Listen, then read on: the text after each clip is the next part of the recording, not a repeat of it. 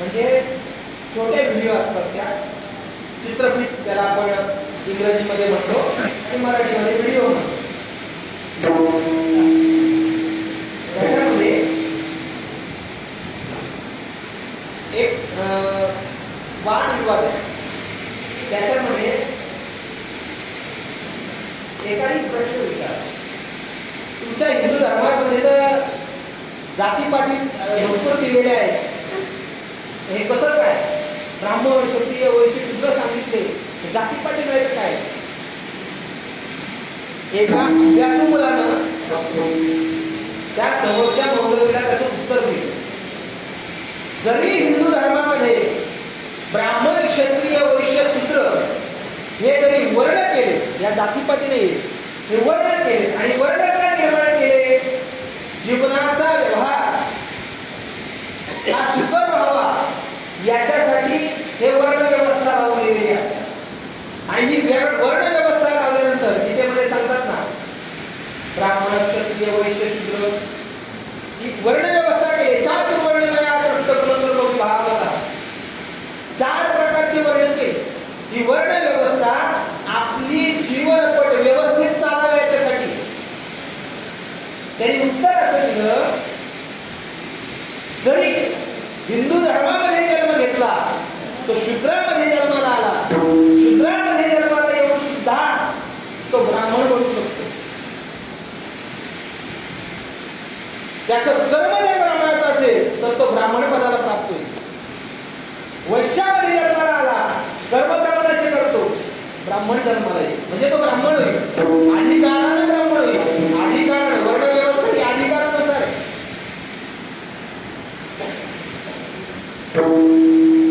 क्षत्रिय म्हणून जन्माला आला, कर्म ब्राह्मणाचा करतोय, तो ब्राह्मण आहे, त्याला क्षत्रिय नाही म्हणायचं. ब्राह्मण पुढे जन्माला आलाय, काम वाईट करतो, नको नको ती करतो, तो शूद्र आहे. लक्षात येते? सामान्य वर्गात जन्माला येऊन तो ब्राह्मण होऊ शकतो. ही व्यवस्था आपल्या हिंदू धर्मात कशासाठी सांगतोय लक्षात घ्या.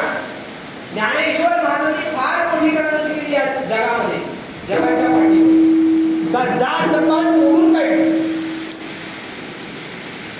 कुठल्याही प्रकारच्या जातीच्या माणसाला वारकरी होता येईल. आळंदीवरून पंढरपूरला जाताना, देहूवरून पंढरपूरला जाताना, सासवडवरून पंढरपूरला जाताना, त्र्यंबकेश्वरला पंढरपूरला जाताना, शेगाववरला पंढरपूरला जाताना काही दिंडे कमी दिंडे आहेत का मला सांगा? माऊलींच्या बरोबर कमी कमी 350 ते 400 दिंडे आहेत. अंदाज सांगता काय? जास्त असतील कमी आहे? आता संख्या वाढली असेल.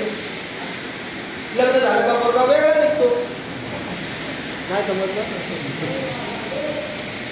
त्याला कळत नाही, मग तो वेगळा निघतो. म्हणजे तुम्ही संसारात तर नाही सांगत, मला परमात्मा जिंदगीतलं सांगितलं. मग तुकाराम महाराजांच्या बरोबर 300 दिंड्या आहेत पालखी सोहळ्याबरोबर. पण या पालखी सोहळ्यामध्ये एका दिंडीमध्ये कमीत कमी धरले तर कमीत कमी पुढे रथाच्या चालतात त्या दिंड्यांमध्ये कमीत कमी 2-2.5 लोक एका दिंडीमध्ये असतात. काही काही दिंड्यांमध्ये 350, काही काही दिंड्यांमध्ये जसे त्याला ज्या दिंडीत जमतो त्या दिंडीत तो चालतो. पण आजपर्यंत कोणी कोणाला जात विचारली का? एकच जात ज्याच्या गळ्यामध्ये माळ आहे तो माझ्या जातीचा आहे. याच्यापेक्षा वारकऱ्याला दुसरी जात नाही. जात जात म्हणजे काय? जी मनात कधीही नाही जात तिला काय म्हणतात? आणि जर जातीचा परमार्थ आपल्या जीवनामध्ये आपल्याला आपण जर करत असाल किंवा करत असू तर तो परमार्थ आपल्याला कधी मोक्षाला नेणार नाही. तो परमार्थ आपल्याला लयाला नेण्याशिवाय राहतो.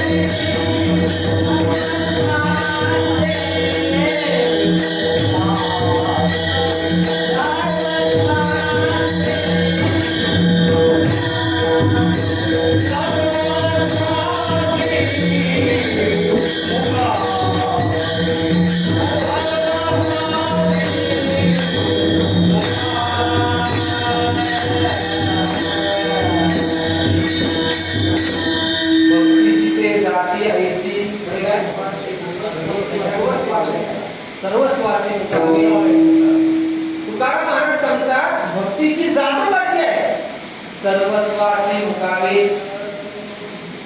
एक गवळण आहे आपल्या ती पाठातली आहे, या कुळ माझे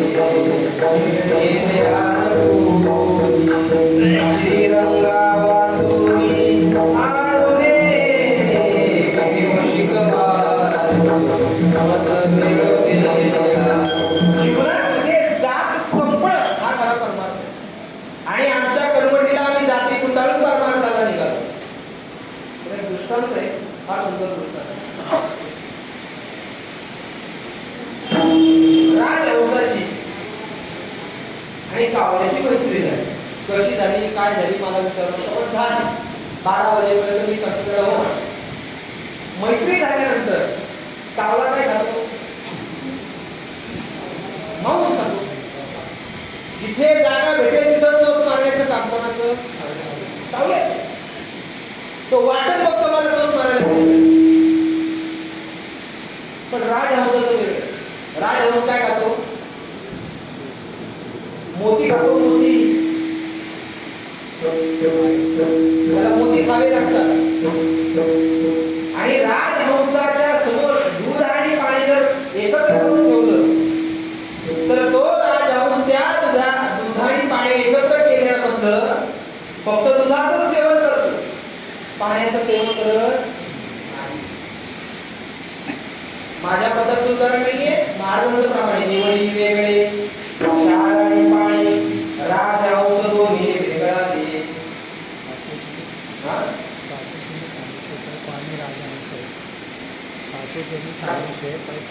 पाणी राजहंस.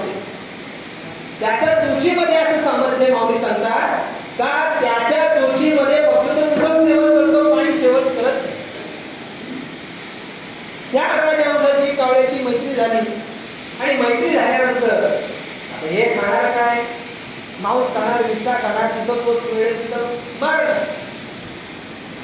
पण राजहंस मोठीच खाणार. कमी खायचं पण चांगलं खायचं.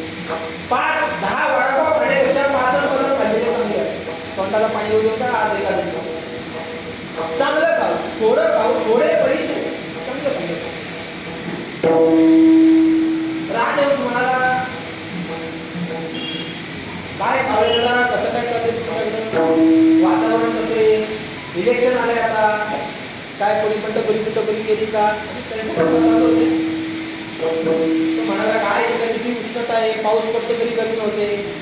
आता असं वाटतं तरी हिमालयात निघून जावं. राजहंस बोलला हिमालयात? अरे मी तर हिमालयातच राहतो. हिमालयात राहतो काम कर, माझ्या सोबत चल. काय बारीक झालाय, उन्हाच्या झाडाला बसताय, खायला वेळेवर मिळत नाही. कोणाच्या घरावर जाऊन काम केलं तरी लोक हकलतात. काम कर माझ्याबरोबर चल, तुला चांगलं चांगलं खायला देतो आणि परत तुला आणि सोडतो. चालेल म्हटलं राजा.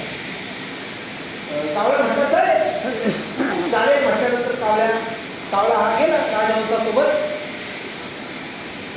पण जाताना कसा गेला? त्यांनी तोंडामध्ये 2 विष्ठेच्या गोळ्या ठेवल्या. त्याला पुण्याच्या नाही, विष्ठेच्या गोळ्या तोंडात ठेवल्या आणि गेला. गेल्यानंतर राजहंसानं उडी मारली पाण्यामध्ये, शिंपल्या मोठा मोती काढला आणि याच्यासमोर ठेवला. कावळ्या सांगितलं खाऊन बघ काय स्वाद आहे याचा. कावळ्याने चोच मारली. कावळ्याबद्दलच सांगतो तुम्हाला. तो मोत्याचा दाणा त्यांनी तोंडात घेतला, चावला. तुला चव काही आहे? मोत्याची चव असते ती काही त्याला लागली. तोपर्यंत हा दाणा याचा लवकर संपेल म्हणून राजहंसाने परत पाण्यात उडी मारली. दुसरा मोती काढला, याच्या समोर ठेवला. दुसरा मोती खाल्ला, तिसरा मोती खाल्ला. राजहंसाला कसं लागतंय माझं अन्न, चांगलं लागतंय की नाही, पिठलं भाकरीपेक्षा पनीर चांगलं लागतं की नाही, असं राजहंस म्हणाला. चांगलं लागतं ना, म्हटला कसलं काय चांगलं लागतं, जे तिकडं खात होतं तेच अशीच चव आहे, आम्ही जे खातो त्याला पण अशीच चव आहे, याला पण अशीच चव. फायदा काय? तो म्हटला काय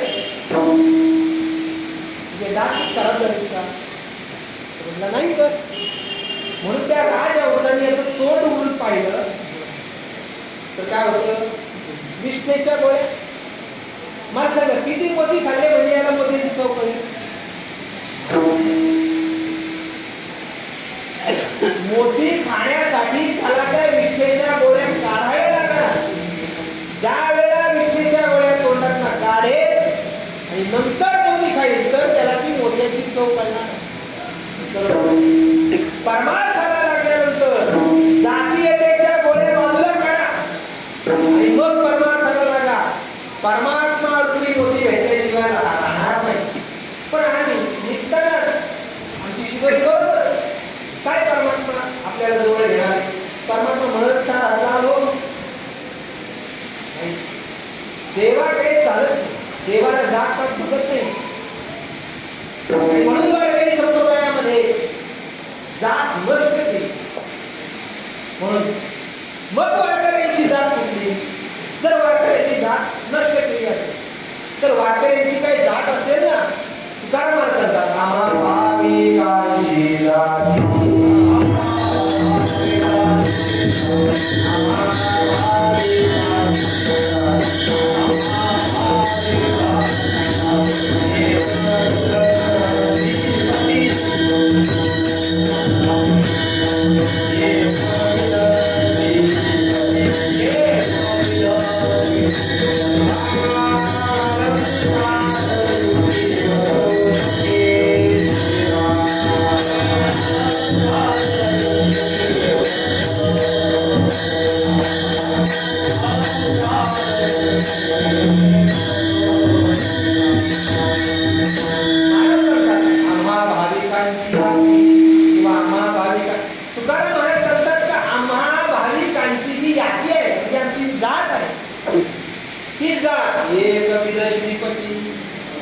परमात्मा प्राप्ती करते हीच आमची जात. दुसरी जात नाही आम्हाला. काय जात नाही? कारण आम्हाला आमची जात हेच आम्ही विसरतो. मग आम्हाला जात जर माहिती नाही तर मग तुकाराम महाराज या अभंगात असं का म्हणतात, माझी जातीचे? शंका आहे, फार मोठी शंका. जर जातीच्या पलीकडे तुकाराम महाराज गेले तर मग तुकाराम महाराजांनी काय म्हणाला, माझी जातीचे? मग तुकाराम महाराजांच्या जातीचे कोण आहे हे आपल्याला शोधलं पाहिजे. एक लक्षात ठेवा, जे देवाच्या जातीचे ते महाराजांच्या जातीचे. मग देवाच्या जातीचे कोण? आपण सांगू शकतो, हा माझ्या जातीचा आहे, हा माझा सोयरा आहे, हा माझा धायरा आहे. मग तुकाराम महाराजांच्या जातीचे कोण? फार मोठी शंका आहे. आम्ही व्यवहारातली जात सांगतोय, लौकिकातली सांगतोय, पण संत लौकिक जातीत थांबले नाही. लौकिक जातीच्या पलीकडे जाऊन परमात्मा रूपी जी जात आहे त्या जातीमध्ये तुकाराम महाराज गेले. महत्वाचा सिद्धांत लक्षात ठेवा. पण देवाला कोण आवडत? जे देवाला आवडतात ते तुकाराम महाराजांना आवडतात आणि ते तुकाराम महाराजांच्या जातीचे.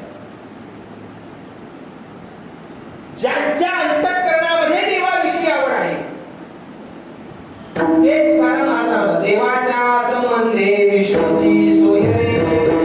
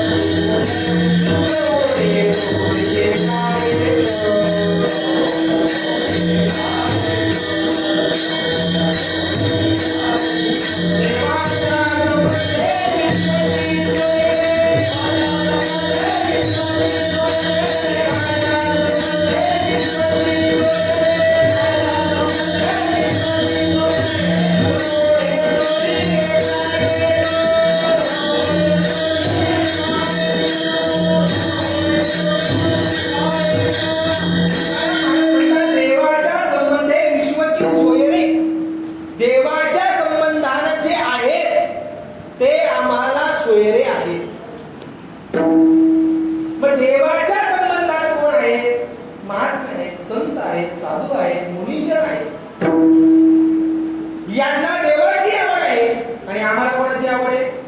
आम्हाला सुद्धा त्या परमात्म्याचीच आवड आहे. आणि आम्हाला जर परमात्म्याची आवड असेल, त्यांना जर परमात्म्याची आवड असेल, तर विश्वची सोयरे, विश्वामध्ये ते आम्हाला सोयरे आहेत. ज्याप्रमाणे सूत्र ओढे दोरी एकाई. सूत कळतं का तुम्हाला? सूत म्हणजे आता बघा शर्टाची शिलाई केली का एखादा बारीक पातळ धागा बाहेर निघाला तर माणूस म्हणतो बघा माझ्या शर्टाचं सूत निघालं. सूत वेगळं आणि दोरी वेगळी.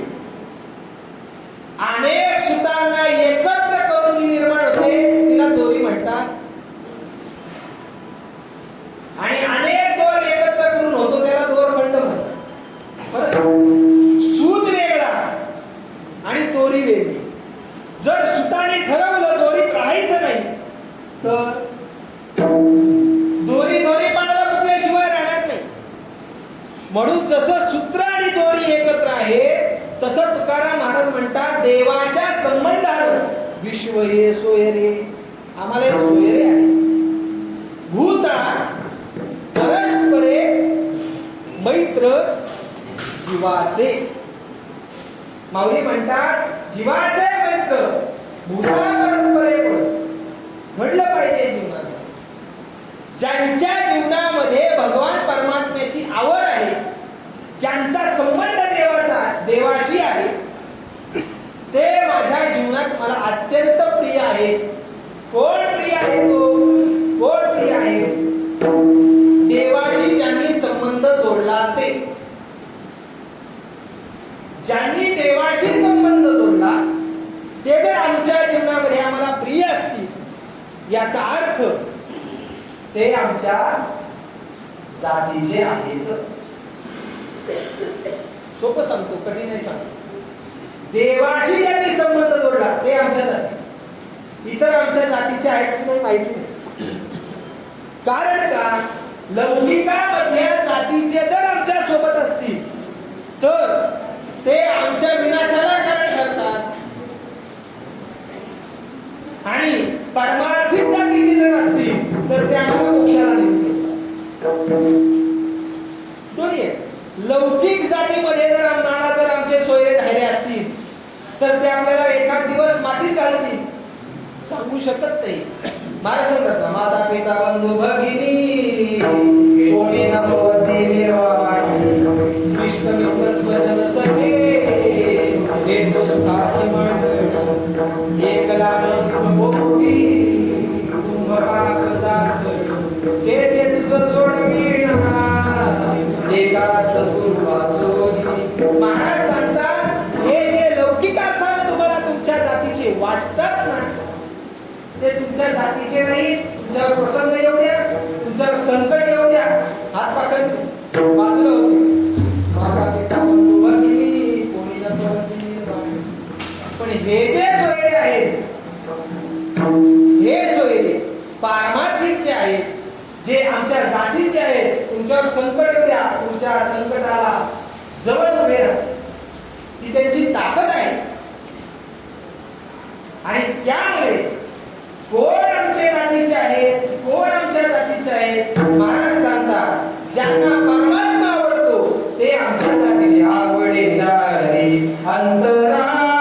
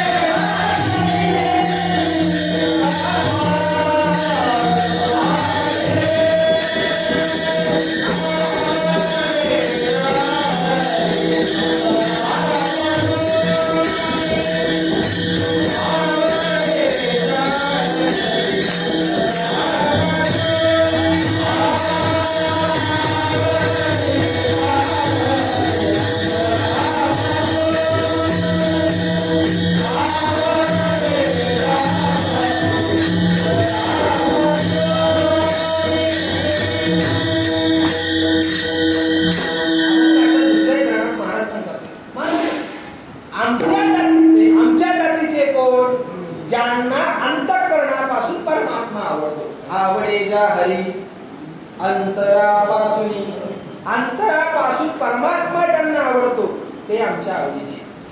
मग सर्वसामान्य जीवाला परमात्मा आवडत नाही, त्याला परमात्मा आवडत नाही, त्याला संसार आवडतो, त्याला परमात्मा आवडत नाही. त्याला संसारात रममाण व्हायला आवडतं.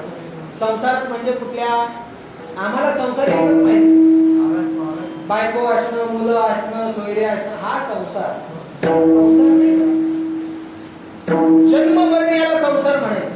आगाव पदणे आणि ती म्हणे हे साचची जे का मानणे, तो जीव लोकू मिळणे संसार. पण जगाचा जर आपण विचार केला तर आवड ही फक्त चेतनाला आहे, सजीवाला आहे. निर्जीवाला आवड नसते, जडाला आवड नसते का? कधी असं ऐकलं का? घरातल्या भिंतीने सांगितलं किती वर्ष झाली आम्हाला रंग लावला नाही, तेवढा रंग लावा. सांगितलं सांगितलं का कधी? ऐकलं सगळे? अहो भिंतींनी कधी सांगितलं का मला रंग लावा? बरं विटांनी, वाळूंनी, मातीने कधी सांगितलं का आमचा वापर करून घर बांधा म्हणजे आम्हाला बरं वाटेल? लादीने सांगितलं का बाबा मी दुकानदाराच्या इथं पडून राहिले 8-9 महिने, एकदा तर मला घेऊन जा आणि तुझ्या घरामध्ये बसव? सांगितलं का? सांगितलं का कधी? हो नाही, काहीतरी म्हणा. कधीच सांगितलं नाही, कधीच सांगितलं. म्हणजे जडाला आवड नसते. दगडाने सांगितलं का माझा देव?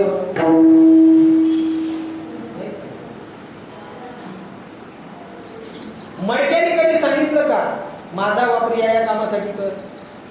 मडकं कधी बोललं का अरे मला कुठं स्मशानात घेऊन चालला आता मैदानाला, इकडे नको मला नेऊ, आपलं पाणी पिण्यासाठी वापर, असं कधी मडकं म्हटलं का? दही लावण्यासाठी वापर, असं कधी मडकं म्हटलं का? नाही.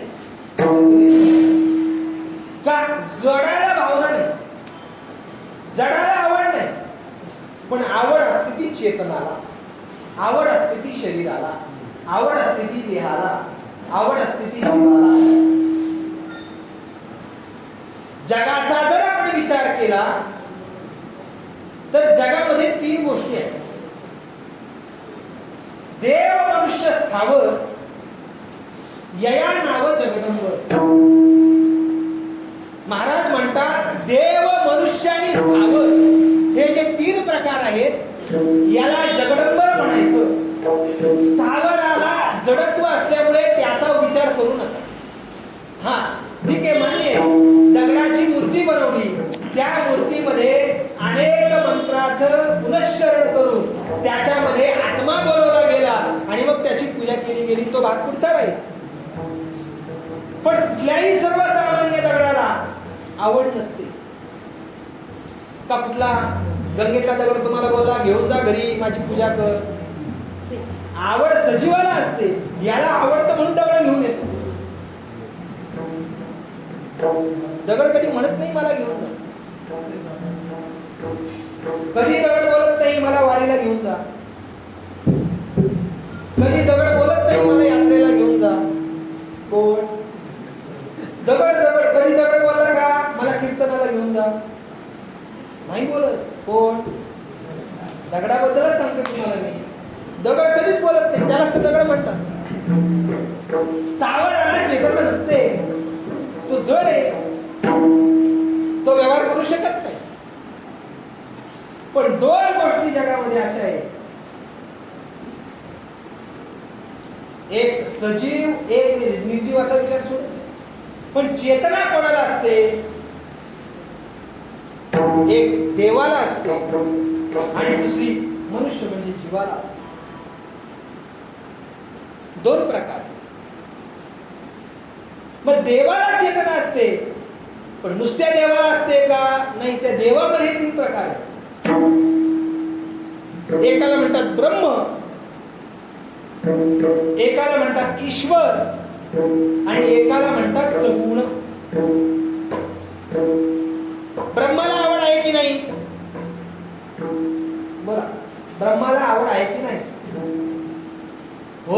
नाही म्हणा. ब्रह्माला आवड आहे की नाही? तुम्ही बोलले नाही तर मी पुढे कीर्तन करणार. फराळ होईल, फराळाची काळजी करू नका तुम्ही, प्रश्नांची उत्तर द्या. ब्रह्माला आवड आहे की नाही? का ब्रह्माला आवड आहे? प्रमाण सांगू. हे कलेची म्हणून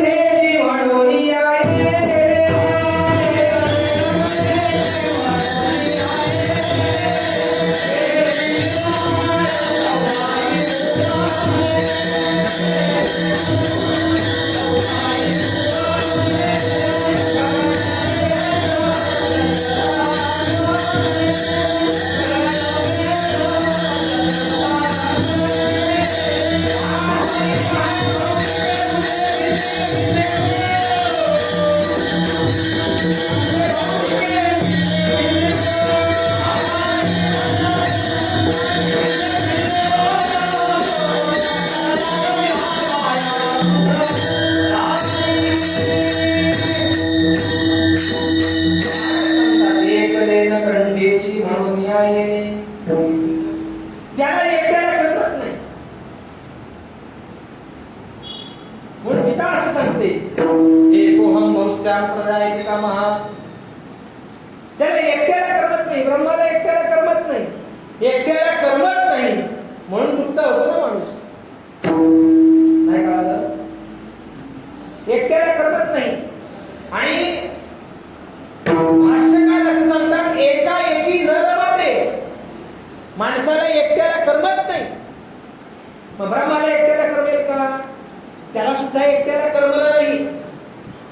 म्हणून त्याने विश्व निर्मिती, या जगाची निर्मिती केली, या विश्वाची निर्मिती केली. प्रसवला विश्वतोची. कशासाठी? एकट्याला करमलं नाही म्हणून. पहिले ब्रह्म एकच होतं. त्या ब्रह्माचं लक्षण असे सजातीय सदातीय विजातीय नाम रूप संबंधू याच्या पलीकडे असणारा त्याला ब्रह्म असं म्हणतात. त्याला निर्गुण निराकार ब्रह्म असं म्हणतात. हे निर्गुण निराकार म्हणणं म्हणजे त्याला शब्दामध्ये बाधित करणे. त्याच्या पलीकडे तो आहे. तो एकटाच होता, निर्गुण निराकार होता. त्यावेळेला काहीच नव्हतं. पहिले कोठेची नव्हते काय.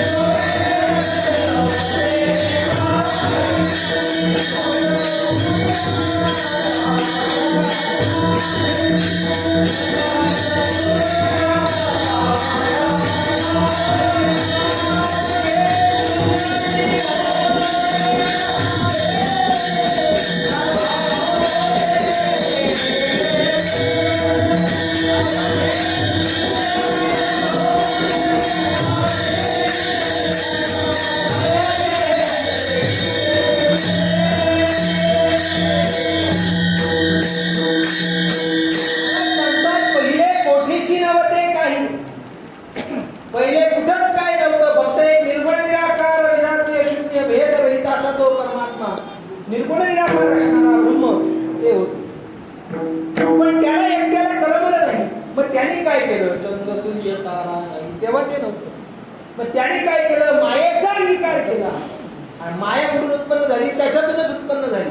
त्याच्यातनं उत्पन्न करून, त्याने उत्पन्न करून त्या मायेचा अंगीकार केला आणि मायेचा अंगीकार करून त्यांनी या जगताची निर्मिती केली. याचा अर्थ ब्रह्माला आवड आहे. आपण म्हणा आहे, ब्रह्मण सांगितलं तुम्हाला, ब्रह्माला आवड आहे.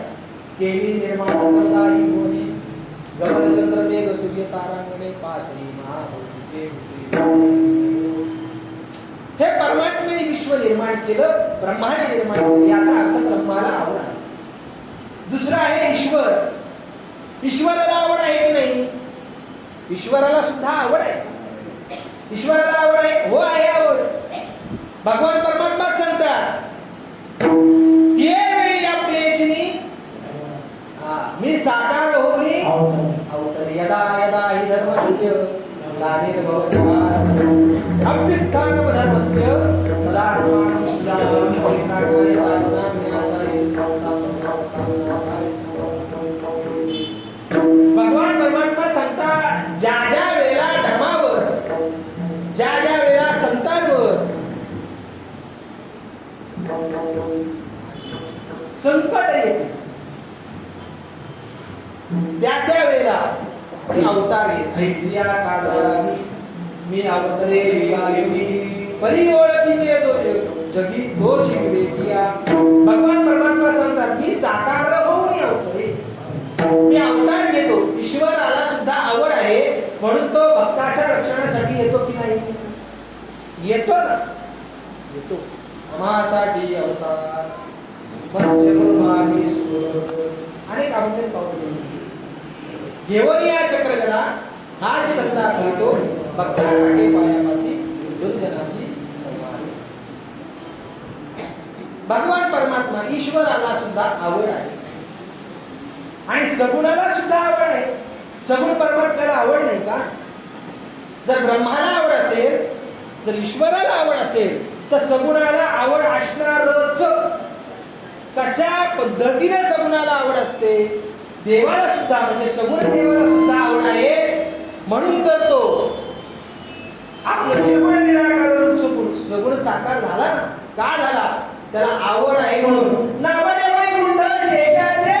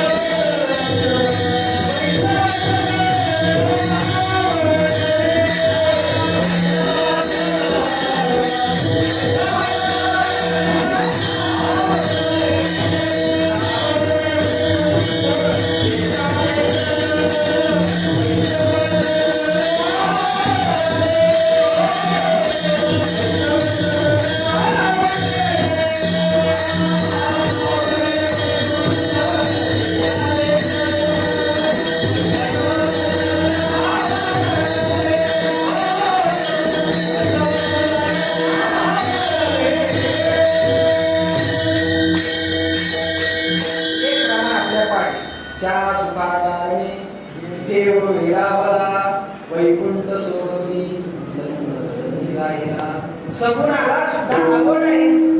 आवड नाही असं नाही.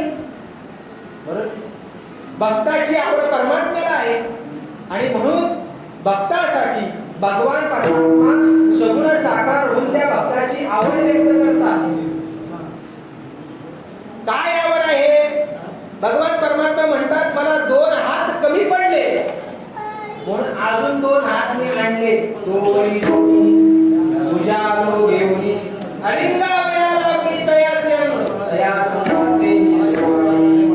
त्यांची संगत प्राप्त व्हावी म्हणून मी विधेयी असणारा. माझा विधेय हा देह धरणे घडे किंबहुना आवड आहे निरूप. मला त्याची आवड आहे आणि आवडीमुळे आता परत लक्षात घ्या काय सांगितलं मी. 2 प्रकार, एक देव दुसरा जीव. देवामध्ये 3 प्रकार आहेत. एकाला म्हणतात ब्रह्म, एकाला म्हणतात ईश्वर, एकाला म्हणतात सगुण. ब्रह्माला आवड आहे, देवाला ईश्वराला बोला आवड आहे, सगुणाला आवड आहे. सगुणाला. आता जीव, बरं जीव काय? एक जीव नाही, अनेक जीव. जीवामध्ये 2 प्रकार, एक सामान्य जीव आणि एक विशिष्ट जीव. विशिष्ट जीव कोण? मनुष्य हा विशिष्ट. सामान्य म्हणजे काय? बाकीचे सगळे प्राणी हे सामान्य मध्ये.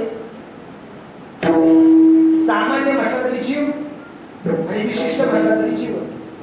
फक्त फरक एवढा आहे, सामान्य जीवाला देवानं क्रियाशक्ती, भावशक्ती, ज्ञानशक्ती याच्यातली कुठली शक्ती दिली? क्रियाशक्ती दिली, भावशक्ती दिली, ज्ञानशक्ती दिली नाही सामान्य जीवाला. ज्ञानशक्ती दिली का? भावशक्ती आहे पण ती परमार्थासाठी नाही. क्रियाशक्ती आहे ती परमार्थासाठी नाही. पण मनुष्याला, विशिष्ट जीवाला या 3 शक्ती दिल्या. देखे मनुष्यदाच शक, स्वभावताच भजन शक आणि जहाले असे. क्रियाशक्ती दिलेली आहे, दिली नाही का? ज्ञानशक्ती दिली नाही का? दिले ना ज्ञानशक्ती. सच्चिदानंद पदवी घेणे एवढा अधिकार नारायणे कृपावलोकने दिला. या 3 शक्ती दिल्या. म्हणून जीवाचे 2 प्रकार आहेत, एक सामान्य जीव आणि एक विशिष्ट. विशिष्ट जीवामध्ये मनुष्य आहे. बरं, मनुष्यामध्ये पण एक प्रकार आहे का? मनुष्यामध्ये एक प्रकार नाही, मनुष्यामध्ये पण 4 प्रकार आहे. एकाला म्हणतात पामर, एकाला म्हणतात विषयी, एकाला म्हणतात मुमुक्षु, एकाला म्हणतात मुक्त. 4 प्रकार आहेत. बरं, हे 4 प्रकार असताना पामराला पाप पुण्य कळत नाही. फक्त त्याला एकच गोष्ट कळली, समोर आलेल्या वस्तूचा उपभोग घ्यायचा आणि विषय संपून टाकायचा, त्या उपभोगात आनंद मानायचा. हे पामराला माहिती. काय? आलेल्या गोष्टीचा उपभोग घ्यायचा. सुभाषितकार म्हणतात ऋणं कृत्वा घृतं पिबेत् भस्मी देहस्य भस्मीभूतस्य देहस्य नरागमनं कृता. सुभाषित असं सांगतात, ऋणं कृत्वा घृतं पिबेत्, कर्ज झालं तरी चालेल पण तुपाशी खाईल. तूप किती स्वस्त आहे ना? तूप डालडा नाही म्हटलं मी. तूप गाईचं तूप स्वस्त आहे ना? कसं किलो मिळतो? हा, जोरात बोला. 800 रुपये. म्हशीचं मिळतं, म्हशीचं पण 1200 रुपये किलो आहे. गाईचं कसं आहे? कंपन्यांचं तूप आहे कसं? 550 रुपये, 450 रुपये. माझ्याकडे कंपनी आहे तिचं 665 रुपये. पण हे ओरिजिनल गायचं नाहीच. 1 किलो गायचं तूप तयार व्हायला 30 लिटर दूध लागतं. किती लिटर? 30 लिटर. 30 लिटर दूध ज्या वेळेला उकळवून त्याचं विरजण लावायचं, त्या विरजणानंतर घुसळायचं, त्यातलं दोन्ही वेगळं करायचं. ही सगळी प्रक्रिया करून 1 किलो तूप तयार होतं. दुधाचा भाव काय आहे गाईच्या?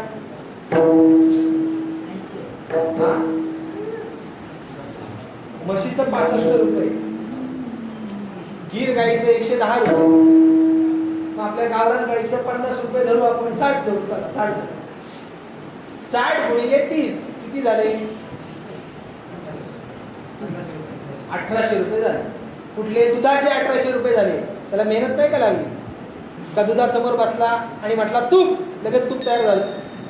असं नाही हो, त्याला कष्ट करावे लागतात. मग सगळी मेहनत धरून, सगळं मेहनत, दुधाचा भाव पकडून ते तूप सरासरी किती किलोला जाईल? कमीत कमी 3000 रुपये. कमीत कमी म्हटलं, कमीत कमी. एक गोशाळा आहे, त्या गोशाळेमध्ये तूप तयार होतं. ते तूप 60,000 रुपये किलो विकलं जातं. किती? 60,000 रुपये किलो. घेणार पण तेवढ्याच किमतीचा पाहिजे. कसं काय तयार व्हायचं सांगा? तूप कसं तयार होणार? आणि आम्ही खातो काय? डालडा. आता हे कॅन्सर, कोलेस्ट्रॉल हे आजार कशामुळे तयार झाले माणसाला? डालडा आणि पाम तेल याच्यामुळे रोग निर्माण झाले. दुसऱ्या रोगाला काही कारण नव्हतं, याच्यामुळे रोग निर्माण झाले. खाताना जरा विचार केला पाहिजे माणसाने. पण तो खाताना विचार करत नाही. कोणाबद्दल सांगतोय? पामराबद्दल सांगतोय. पामराला काही वस्तू द्या, तो घेणार, त्याचा उपभोग घेणार, संपून टाकणार. तो म्हणतो काय करायचंय? मेल्यावर कोण आहे बघायला? त्याला माहितीये मेल्यावर माझीच पोरं सांगतील जा बापाकडनं वसूल करा. ज्याच्याकडनं कर्ज घेतलं त्यांनी सुद्धा गेलं पाहिजे कर्ज वसुलीला. हा, वरती गेलं पाहिजे कर्ज वसुलीला. तो म्हणून करू दे, गेले तर गेले. पामराला फक्त उपभोगाची लालसा असते. विषयी जो आहे त्याला, हे बघा, पामराला पाप पुण्य कळत नाही, द्वैत अद्वैत कळत नाही, विषयीला कळत. पण विषयीला कळून सुद्धा विषय सेवनाची भोग लालसा मनामध्ये असते, म्हणून तो विषय सेवन करत असतो. महाराज म्हणतात ते वेळी नियमाचे वस्त्र नाठवे, पुढीला अधोगतीची लाज नेणवे, करिताटी ते न करावे वेदू म्हणे. त्याला कळतंय याच्यामध्ये माझा घात आहे, पण विषयी तो घात पत्करून का होईना विषय सेवन करतो. प्रसिद्ध उदाहरण आहे, बऱ्याच वेळेला आपण ऐकलेले, पतंगादी प्रियलिंग ते त्यासी अचूक मरण, ते विषयाचरण आत्मघाता. त्या पतंगाला माहितीये या दिव्याच्या ज्योतीची मी संबंध जोडला की मिळणार, पण मरण माहिती असून सुद्धा मरण पत्करतो की नाही? पत्करतो का? विषय मरण हे माहिती आहे तरी तो त्या विषयाचं सेवन करण्याच्या मागे लागतो आणि शेवटी मरणप्राय तो तडपडून मरतो. त्या विषयाशिवाय दुसरं काही आवडतच नाही, त्याला विषयच प्रिय आहे. आणि तो विषय सेवन कधी करायला मिळेल याच्या मागे लागतो. त्याच्यामध्ये त्याला पाप लागलं तरी चालेल, विषय सेवन करताना पुण्य भेटलं तरी चालेल, त्याचा तो फक्त एक विषय उपभोगावा. मग शास्त्राने सांगितला उपभोगू नये तरी तो उपभोगण्याचा प्रयत्न करतो, लक्षात ठेवा. म्हणून त्याला विषय म्हणतात. पामर का म्हणतात? त्याला पाप पुण्य माहितीच नाही. आला जन्माला आला, ह्याला पाणी वाहून मेला पामर.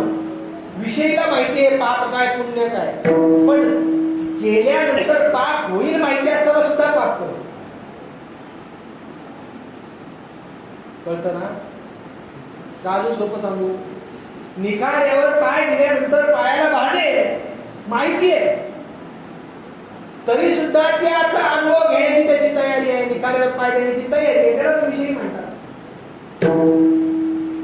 माहिती आहे दुःख आहे, विषय सेवीचे सुख ते साध्यंतची जाण दुःख, परी काय तिचे मूर्ख, त्या विषयीला कोणी म्हणतात तो मूर्ख आहे. काय तुझे मूर्ख, न सेविता न सरे, सेवन केल्याशिवाय तो मागे हटत नाही, त्याला विषयी म्हणतात. म्हणून विषयामध्ये गुरफटलेला आहे पामर. विषय पामराला माहित नाही पाप पुण्य, तो भोगामध्ये रमलेला आहे. विषयी पाप पुण्य कळत असून विषयामध्ये गुरफटलेला आहे. पुढचा कोण? मुमुक्षु. मुमुक्षुच्या जीवनामध्ये इतर आवडी संपल्या, त्याच्या जीवनामध्ये इतर आवडी संपलेल्या आहेत, त्यांनी संपवलेल्या आहेत. का? कारण तो मोक्ष आहे, ज्याला मोक्षाची तीव्र इच्छा झालेली आहे. आणि परमात्मा मोक्षाची तीव्र, मोक्ष म्हणजे काय हो? मोक्ष म्हणजे परमात्म्याचा साक्षात्कार आहे. मात्र संत हे परमात्म्याच्या साक्षात्काराच्या पुढे गेले. मग मुमुक्षुला इतर आवडी त्यांनी संपवल्या. त्या इतर आवडीच्या मागे तो लागलेला नाहीये, घराच्या आवडीच्या मागे नाही, दाराच्या या सगळे संबंध मुमुक्षु तोडून टाकतो. तुकाराम महाराजांच्या जीवनामध्ये सुद्धा तुकाराम महाराजांनी संबंध तोडलेले आहेत. लावणी संसार जाळोनी संसार बैसलो म्हणे तुकाराम महाराजांनी जीवनामध्ये केलंय. बाकीचे संबंध तोडले आणि देवाशी संबंध तोडले. हे संबंध तोडणं फार महत्वाचं आहे. अहो, संन्यास घेऊन सुद्धा संबंध तुटत नाही माणसाला, तर संसाराला तुटल का? संन्यासाला संबंध सुटत नाही. माऊली म्हणतात, ज्याने विधिवत संन्यास घेतला, संन्यास धर्म स्वीकारून सगळ्याचा त्याग करून वनामध्ये गेला. आणि वनामध्ये गेल्यानंतर एकनाथ महाराजांची पण ओवी आहे, ज्ञानेश्वर महाराजांची पण ओवी आहे. वनामध्ये जाऊन तिथं काय केलं त्यांनी? परत शिष्य शिष्य जमा केला. शिष्य संप्रदाय विलासे मठारी मुद्राचे तिसे घातले हात पासे वगोरुनी. किंवा संन्यास स्वीकारला, वनात गेला ना, वनी वनिताची चित्तू लागला, तो त्यागची झाला बाधक. नाथ महाराज सांगतात, काय त्या संन्यासाचा उपयोग सांगा. असे काही संन्यासी आहेत, सगळ्याचा त्याग केला, सोडून गेले आणि परत संसारात आले आहेत ना असे. पण संसारात येऊन त्यांनी विरक्त राहण्याच्या ऐवजी ते विषयासक्त झाले. मग विषयीमध्ये ना त्याच्यामध्ये काय फरक आहे सांगा. जर तुम्ही विधिवत संन्यास घेतला असेल आणि तुम्ही जर मनामध्ये आईला कसं सोडू, बाबाला कसं सोडू, बाबाला कसं सोडू, बहिणीला कसं सोडू, याच्यात जर अडकलेले असाल तर तुम्ही संन्यासी नाही, ग्रहस्थापेक्षा खालच्या जातीचे झाले. कशासाठी सांगतोय? मुमुक्षुच्या जीवनामध्ये इतर आवडी त्यांनी संपवल्या. कुठल्याही आवडी त्यांनी मनामध्ये ठेवलेल्या नाही. फक्त एकच आवड आहे. कुठली आवड आहे? सर्वसंगी विठ्ठल.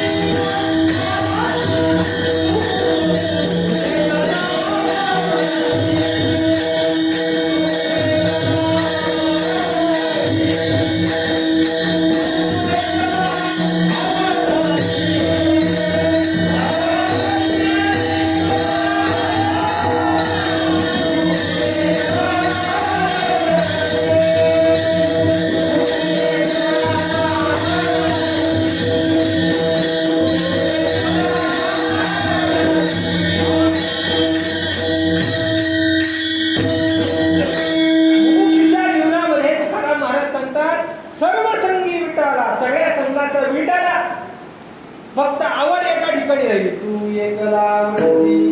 भगवान परमात्मा किती आवडतो? संतांना परमात्मा किती आवडतो? मुमुक्षुला परमात्मा किती आवडतो? महाराज सांगतात, जीवाच्या पेक्षा अधिक आवडतो.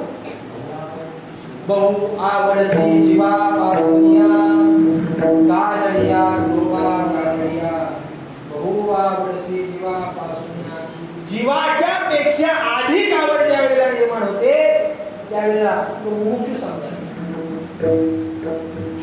त्या मुमुक्षूच्या जीवनामध्ये इतर आवडींचा त्याग, नावडे जग, नावडे धन, नावडे माता पिता, त्याला ते आवडत नाही. हा सामान्य जीवाची आवड आहे, विषयीची आवड आहे. मात्र ऐसा कोणी आहे हे गया नावडे कन्या पुत्र घोडे दारा धन. महाराज सांगतात सामान्याला आवडतं, विषयीला आवडतं. काय आवडतं? कन्या आवडते, पुत्र आवडतात, घोडे आवडतात. आता घोडे संपले, आता गाड्या घ्या. दारा आवडते, धन आवडतं. धन कोणाला आवडत नाही? सगळ्यांना आवडतं. फक्त हाताच्या बोटावर मोजण्या एवढी लोक सोडली तर बाकीच्याला सगळ्यांना धड आवडतं. हिमालयामध्ये बसले प्रसाद त्यांना काय धनाची गरज आहे? त्यांनी फक्त मनामध्ये विचार करायचा, मला मिसळपाव पाहिजे. समोर मिसळपाव येते येते, सामान्य नाहीये. त्याच्यासाठी तेवढी साधना करावी लागते. आमचा हरिपाठ वेळेवर नाही, आमची एकादशी धड नाही ना, आम्ही एवढे मोठे विचार करणे शक्य नाही. आज विचार करण्यासारखी गोष्ट आजही हिमालयामध्ये राहून, बर्फामध्ये राहून, कपारीमध्ये राहून ते साधू जीवन कसं जगत असतात. नाही तिथे कुणी अन्नाची रसद पुरवली जात, पण त्यांना अन्न पुरवणारी एक संस्था आहे परमात्मा, बरोबर त्यांना अन्न पोचवतो. विषयीला कोणाला आवडत नाही? कन्या कोणाला आवडत नाही? पुत्र कोणाला आवडत नाही? घोडे कोणाला आवडत नाही? दारा कोणाला आवडत नाही? बायको कोणाला आवडत नाही? सगळ्यांना आवडते. फक्त हनुमंतराय शुकमुनी यांना सोडलं तर बाकी सगळ्यांना आवडत. दाराधन हे विषयीला आवडणाऱ्या गोष्टी, पण मुमुक्षूला हे आवडत नाही. मुमुक्षाने याचा सगळ्याचा त्याग केलेला आहे, त्याचा वीट आला. त्याला माणसाला वीट त्यावेळेलाच येतो ज्या वेळेला त्या गोष्टीचं त्याला ज्ञान होतं. ती गोष्ट प्राप्त नसते किंवा ती गोष्ट अति उपभोगली का त्याचा वीट येतो. प्राप्तीच्या अभावात त्याग, भोक्तृत्व शक्तीच्या अभावात त्याग आणि ज्ञानाच्या अभावात त्याग. ही गोष्ट मला त्याचा विस्तार करायचा नाही, आपली वेळ संपत आहे. भोगजन्य इंद्रिय दुर्बल झाली का त्या माणसाला वीट येतो. काका सुपारी खाता का? नाही नाही खात नाही. अरे का खात नाही? दात नाही म्हणून खात नाही. दात होते तेव्हा नको नको ते तोडून तोडून खाल्लं. कळलं का तुम्हाला? नको नको ते. आणि आता सुपारी चालत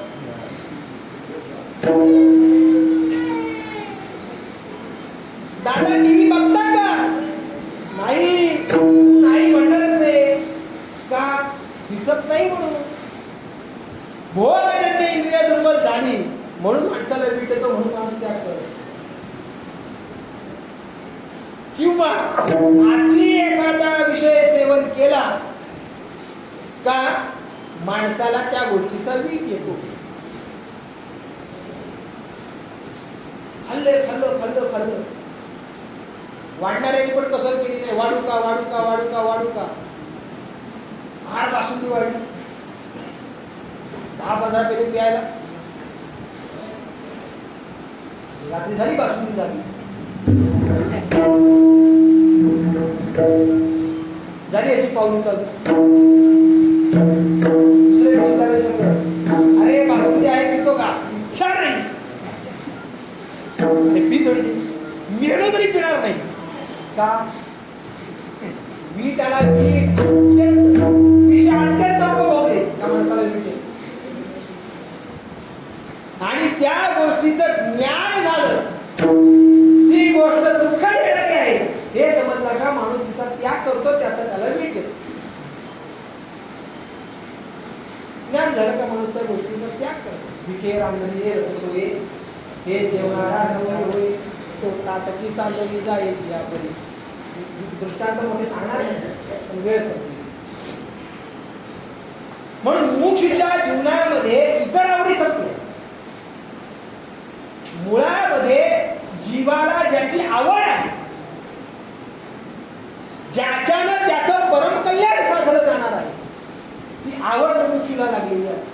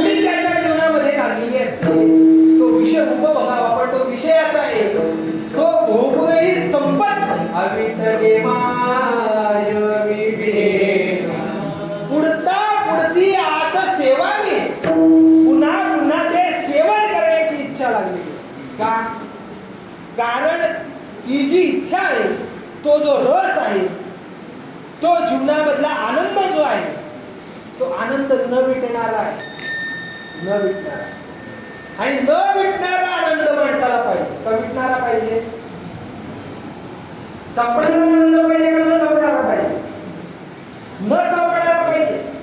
संपणारा सुख कोणाला नको, न संपणारा पाहिजे. न संपणारा सुख परमात्मा आणि न संपणारा सुख परमात्मा असल्यामुळे त्या मोक्षाची आवड आहे. सर्वसंगी विटाला तू एकला आवडसी, विटे सुख नो हे भक्ती रस, पुढता पुढत्यास सेवा परस्पर सेवन करण्याची इच्छा असते. पुढचा वर्ग आहे मुक्त. एक भक्त मुक्त आहे आणि एक संत मुक्त आहे. म्हणजे एकाला वृत्ती नाहीये, पण एक निवृत्त दशा प्राप्त होऊन वृत्तीवर आहे. फरक लक्षात घ्या. एकाला वृत्तीवर नाहीच येतो, एक मुक्त वृत्तीवरच नाही, त्याला वृत्तीशून्य अवस्था प्राप्त झाली.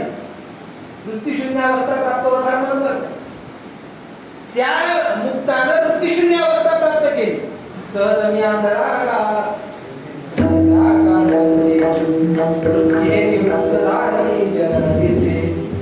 मी माझ्या प्रपदे काही अदृश्यतेची झाडे काही होते. वृत्तीशून्य अवस्था आहे.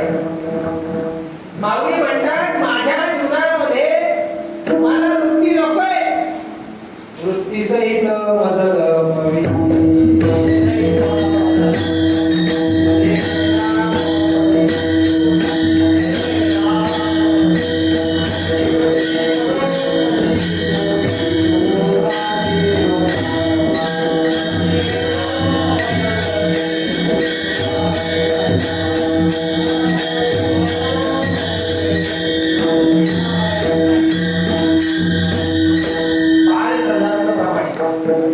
माऊली म्हणतात वृत्ती सहित बदल होईल, मला वृत्ती सहित नको. तुकाराम महाराजांचं प्रमाण सांगू, तुका म्हणे मग नये वृत्तीवर, मला वृत्तीवर आणू नको, मला निवृत्त कर. वृत्ती हे निवृत्त झाली म्हणजे मला वृत्तीवर ठेवू नको. ही तुकाराम महाराजांची भाषा. याला म्हणतात वृत्तीवर निवृत्त झालेला, निवृत्त झाले. पण एक अवस्था अशी आहे, संत मुक्त जे आहेत, एक मुक्त सांगितला आणि आता एक संत मुक्त जे आहेत, ते संत मुक्त हे वृत्तीच्या निवृत्त दशेला प्राप्त झाले, वृत्तीवरना निवृत्ततेला प्राप्त झाले आणि निवृत्त दशेला प्राप्त होऊन सुद्धा ते पुनरावृत्तीवर आले. हे कसं काय शक्य आहे? शक्य आहे.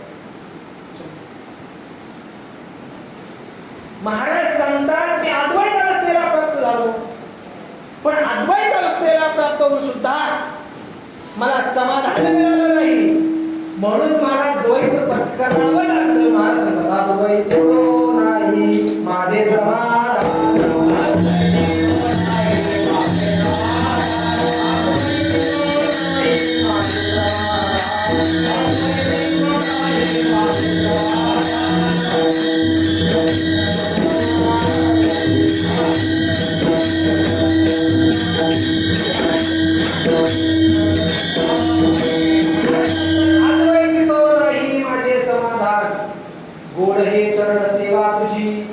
महाराज सांगतात अद्वैतामध्ये म्हणजे वृत्तीशून्य अवस्थेला प्राप्त झाल्यानंतर मला तिथं समाधान वाटलं नाही.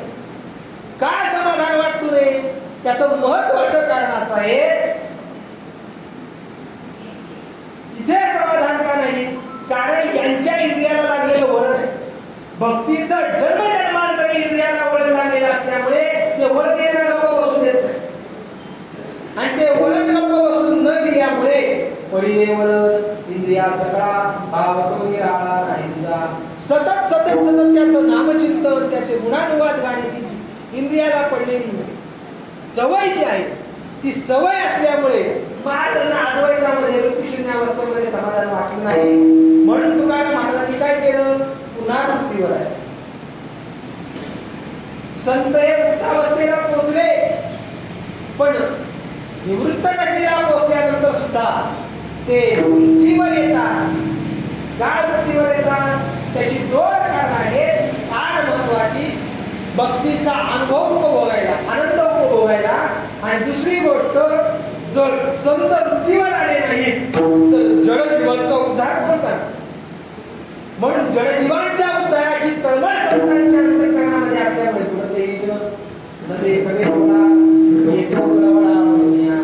बरं त्या संतांच्या जीवनामध्ये अनेक आवडी आहेत. त्या अनेक आवडीमध्ये एक म्हणजे संतांना देव आवडतो. काय आवडतो संतांना? देव आवडतो. देवाशिवाय संतांना दुसरं काही आवडत नाही. का आवडतं? का काय आवडतं ना? देवाचं नाम आवडतं आणि देवाची भक्ती करणारे भक्त आवडतात. तीन आवडी संतांच्या जीवनामध्ये आहे. एक म्हणजे देव आवडणं. आवडतो की नाही? आवडे हे रूप गोजिले सबुळ पाहता लोचन सुखावले, आता गोष्टी पुढे ऐसा आहे.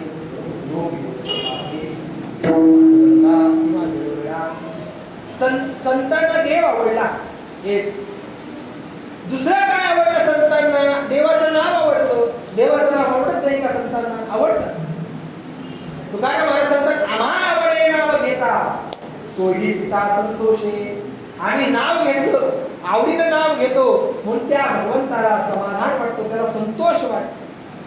देवाचं नाव आवडतं. आणि तिसरी गोष्ट, त्या देवाविषयी आवड आहे, ते आवड असणारे भक्त तुकाराम महाराजांना आवडतात, संतांना आवडतात.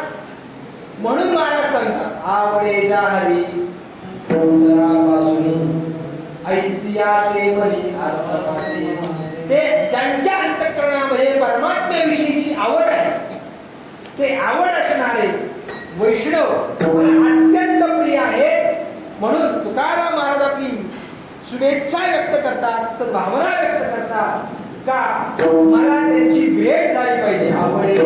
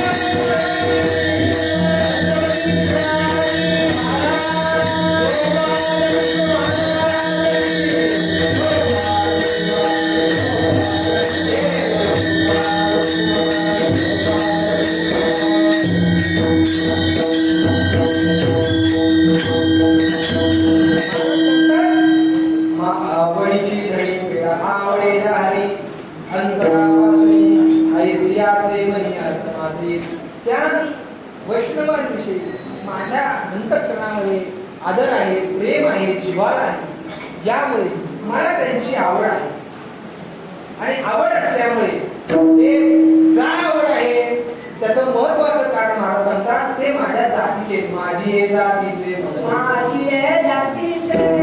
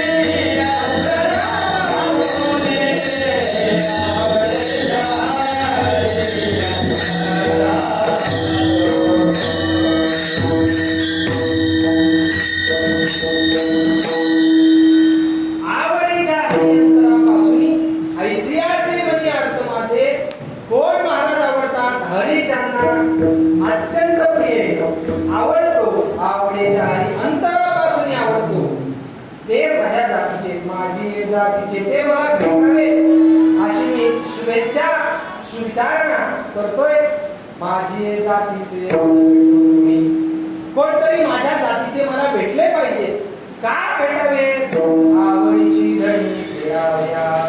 माझी आवड आहे, ती आवड पूर्ण करण्यासाठी मला ते भेटले पाहिजे. कोण भेटले पाहिजे? आवडीच्या हरी अंतरापासून ऐसियाचे मनी आत्माचे.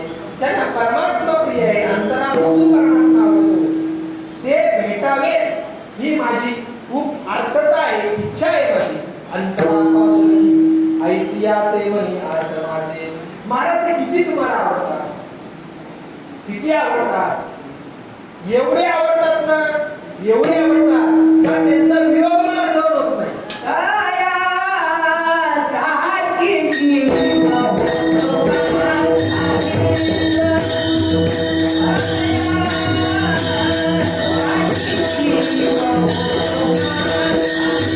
I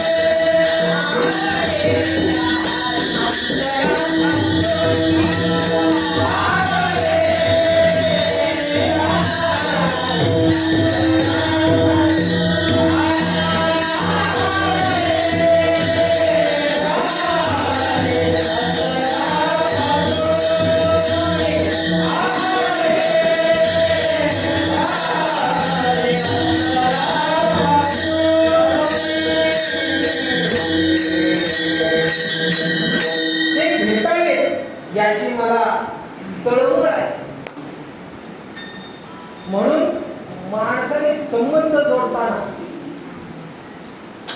काही लोकांशी संबंध जोडावा, पण काही लोकांशी संबंध जोडू दोन प्रकार. काही लोकांचा संबंध हा सुख देणारा असतो आणि काही लोकांचा संबंध हा दुःख देणारा असतो. दुर्जनाचा झालेला संबंध हा दुःख देणारा आहे आणि सज्जनाचा झालेला संबंध हा सुख देणारा आहे. जिथं गेल्यानंतर घरातल्या माणसाच्या चेहऱ्यावर कपाळावर आठ्या निर्माण होतात, त्या अर्थी माणसानं तिथं संबंध ठेवायचा नाही. तू काय म्हणे तया संकोच तया थाया जाणे अनुचित, तिथं संबंध ठेवायचा. पण काही ठिकाणी संबंध ठेवलाच पाहिजे. तू काय म्हणे जवळी न पाचारिता जावे संत चरणी भावे रिगावया, त्या ठिकाणी गेलं पाहिजे. तिथं आमंत्रणाची वाट पाहिजे, निमंत्रणाची वाट पाहिजे. म्हणून तुकाराम महाराज सांगतात, माझ्या जीवनामध्ये मी असा संबंध तोडलाय, त्यांना हरिअंतरापासून आवडतो, ते माझ्या जातीचे आहे, पण त्यांचा मला वियोग सहन होत नाही. त्यासाठी होतो कासावीस, ते भेटावेची इच्छा निर्माण होते. पाहतील वास नये, त्यांची वाट माझे डोळे पाहतात, ते भेटावे अशी इच्छा माझ्या मनात असते, अशी तळमळ माझ्या मनात असते. पण महाराज भेटल्यानंतर काय फायदा आहे का? काय तुम्हाला काही डबल देणार आहेत का? 5-50,000 देणार आहेत का? ते जे देणार आहे, त्यांचं जे देणं आहे ते देणं लौकिक नाही, ते अलौकिक आहे. काय अलौकिक आहे?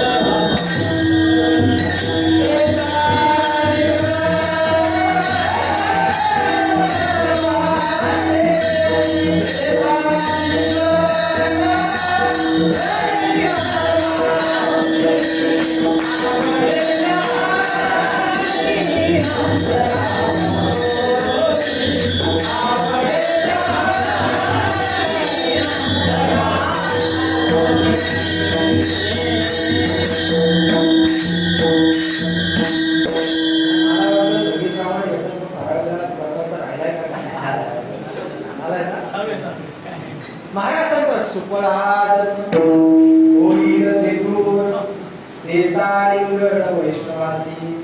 मला फायदा आहे, माझा जन्म सुफळ झाला पाहिजे आणि तो सुफळ जन्म होण्यासाठी माझ्या जीवनामध्ये त्यांची भेट गरजेची. त्यांची भेट झाल्यामुळं माझा जन्म सुफळ होणार. सुफळ हा जन्म होईल तेथून देता आलिंगन वैष्णवांसी. त्या वैष्णवांना आलिंगन दिलं पाहिजे. पूर्वी वारकरी वारकऱ्याला भेटला गाळा वेळी घ्यायची आणि मग नमस्कार करायची, ही परंपरा आहे. कारण महाराजांचा एक अभंग आहे, प्रथम भेटी आलिंगन मग चरण वंदावी, ऐसा माझा भोळा बाप हरिता पटो. आलिंगन आणि नमस्कार याची क्रिया सांगितली. अगोदर आलिंगन द्यावं आणि मग नमस्कार करावा. आता नमस्कार काय लांबूनच जे आहे करतो, जवळ पण येत नाही. मधले 2 वर्ष तर फोनवरच जे आधी चालत होते, जवळ कोण यायलाच मागत नव्हतं. पण त्या वैष्णवांना अलीगड द्यावं महाराज सांगतात, देता अलीगड वैष्णवासी. काय जन्म सफळ होतो का? तुकाराम महाराज म्हणतात, माझा झाला जन्म आलो त्याचे, आजी फळ झाले साचे, तुम्ही सांभाळले संती भय निरसली. जीवन जन्म सफळ व्हावा असं वाटत असेल तर काय करा, त्या वैष्णवांना आलिंगन द्या. देता आलिंगन वैष्णवासी. काय त्या वैष्णवांना आलिंगन द्यायचं? आवडेच्या अंतरापासून. आणि ते ज्या दिवशी भेटतील त्या दिवसाचा सोहळा जो आहे तो अनुपम्य, अलिखित, अवर्णनीय आणि सुवर्णाक्षरांनी लिहिण्यासारखा आहे अभंगाच्या शेवटच्या.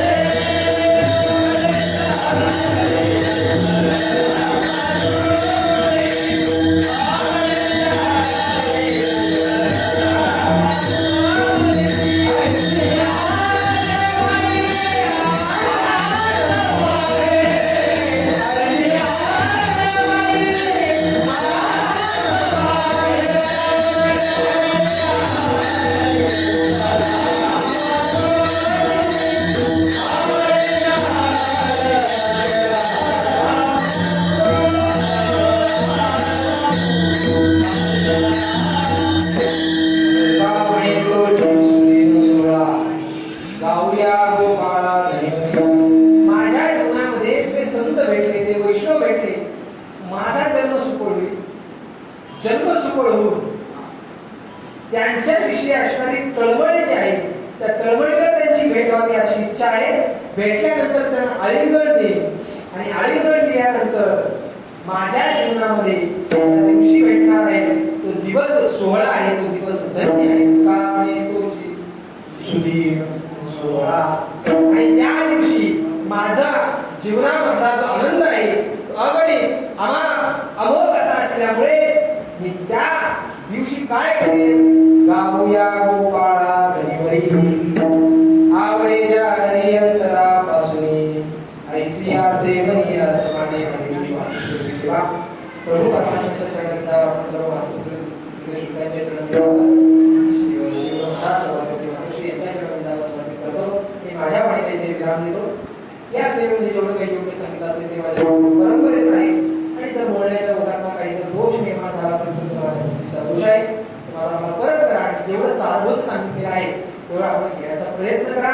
आपल्या जीवनामध्ये सुद्धा आपल्याला वैष्णवांची आवड निर्माण व्हावी आणि ते आपल्याला मिळावे भेटावे आणि आपलं जीवन आपण कृतार्थ करावं आणि कृतार्थ करून ते ज्या अवस्थेला पोचले त्या अवस्थेला आपण पोचावं अशी इच्छा महिमानसे बाळगून संत ज्या अवस्थेला पोचले तुकाराम महाराजांच्या जीवनामध्ये आवड आहे ती आवड असल्यामुळे कुठल्या कुठल्या संतांच्या जीवनामध्ये वैष्णवांविषयी आहे नाव सप्तमी ज्ञानेश्वर